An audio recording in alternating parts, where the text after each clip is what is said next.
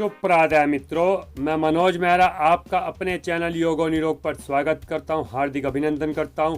और आज बात करेंगे हम 4P पद्धति के बारे में। जो लोग नए हैं उनको एक सेकंड में बता देना चाहता हूं 4P पद्धति क्या होती है। 4P पद्धति अर्थात निरोग जीवन बिना औषधि सेवन। यदि आप चाहते हैं आप जब तक मृत्यु को प्राप्त हो, क्योंकि मृत्यु तो शाश्वत सत्य है, तब तक आप स्वस्थ रहें, निरोग रहें, कभी भी आपको किसी भी तरह के औषधि का सेवन ना करना पड़े, आपको चिकित्सक की सहायता ना लेनी पड़े, तो आपको 4P पद्धति अपनानी चाहिए। 4P पद्धति का सारे यही सिद्धांत है, निरोग जीवन बिना औषधि सेवन। तो यदि आप चाहते हैं स्वस्थ रहना बिना औषधि के, तो मैं डिस्क्रिप्शन में लिंक दे दूंगा 4P पद्धति को कैसे फॉलो करते हैं। 4P पद्धति में क्या क्या बताया जाता है, क्या क्या करना होता है। आज मैं आपको 4P पद्धति के लिए एक मोटिवेट करने वाली वीडियो बनाने वाला हूं। आज की वीडियो में मैं आपसे एक क्वेश्चन पूछूंगा और एक क्वेश्चन लास्ट में आपके लिए छोड़ दूंगा। जो क्वेश्चन मैं पूछूंगा उसका आप जवाब दे दें नीचे लगातार लिंक कमेंट बॉक्स में कमेंट करके क्या उस क्वेश्चन का जवाब है। और जो दूसरा क्वेश्चन मैं लास्ट में आप लोगों के लिए छोड़ूंगा उसके लिए आपको जवाब भी देना चाहे तो दे सकते हैं, परंतु अपने मन में विचार जरूर करना है, उस बात के ऊपर सोचना जरूर है। तो मित्रों, यदि आप अपने जीवन को निरोग बनाना चाहते हैं, स्वस्थ बनाना चाहते हैं, बिना औषधि के, बिना दवाई के, बिना मेडिसिन के, तो चलिए आज की वीडियो को आप देखें। बहुत लंबी वीडियो नहीं होने वाली है, क्योंकि सिर्फ एक ही क्वेश्चन की बात है, बहुत ज्यादा आगे नहीं जाना है, आपका बहुत ज्यादा टाइम खराब नहीं करने वाला हूं। बस प्रारंभ करते हैं। मेरा आज का प्रश्न है, क्या आपको कुछ दवाइयों के नाम याद हैं?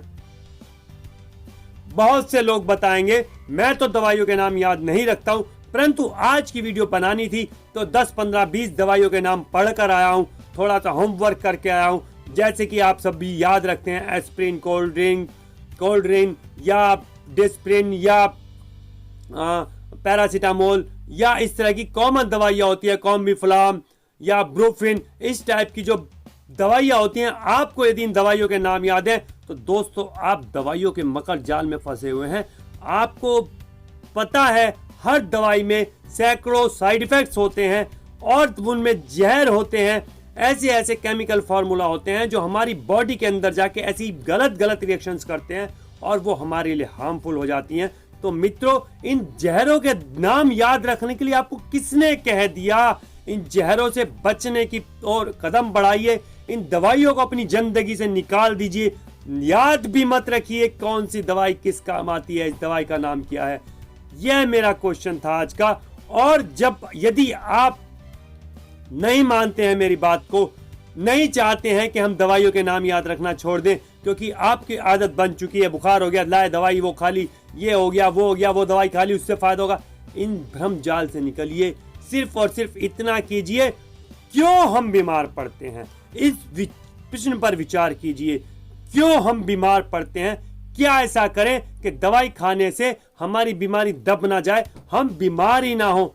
यह मेरा आज का प्रश्न है जो मैं आपके लिए छोड़ने वाला हूं। और इसके एक हिंट में, इसकी एक सपोर्ट में एक एग्जाम्पल देने वाला हूं। सोचने के लिए मैंने आपको शुरू में कहा तो एक ही बात सोचनी है।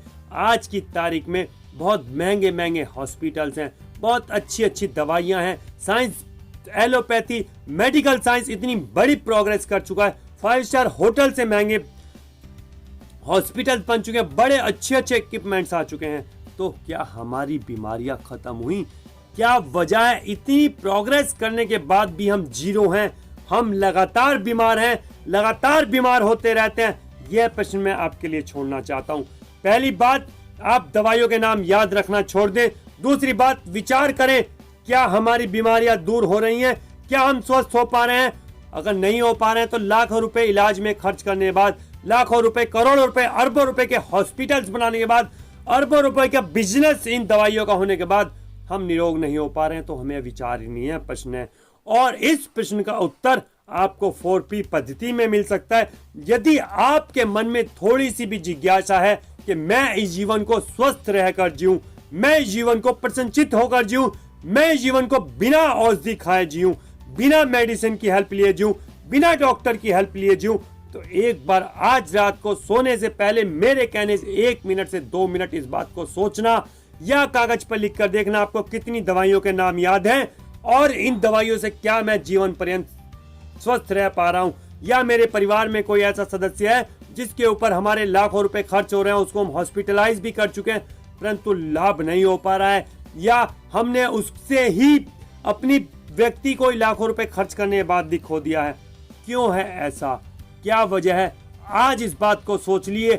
यदि बात कोई समझ में आती है तो फिर आपने 4P पद्धति को अवश्य फॉलो करना है। क्या होती है 4P पद्धति, उसका लिंक डिस्क्रिप्शन में है। नहीं समझ में आती है, मैं पूरी तरह से आपकी हेल्प करने के लिए सदैव तत्पर हूं।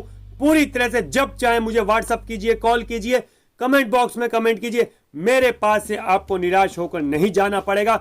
मैंने एक प्रण लिया हुआ है, यह राष्ट्र, यह समाज, यह विश्व पूरी तरह स्वस्थ हो। अब से 50 साल बाद यदि मेरे बच्चे हो, उनके बच्चे हो, आपके बच्चे हो, उनके बच्चे हो, तो वह एक प्रश्न जरूर पूछें, क्या कोई ऐसी भी हॉस्पिटल्स हमारे समाज में होते थे? क्या डॉक्टर नाम का भी प्राणी हमारे समाज में होता था? अब वो कहां विलुप्त हो गए हैं? वो हॉस्पिटल्स कहां चले गए हैं?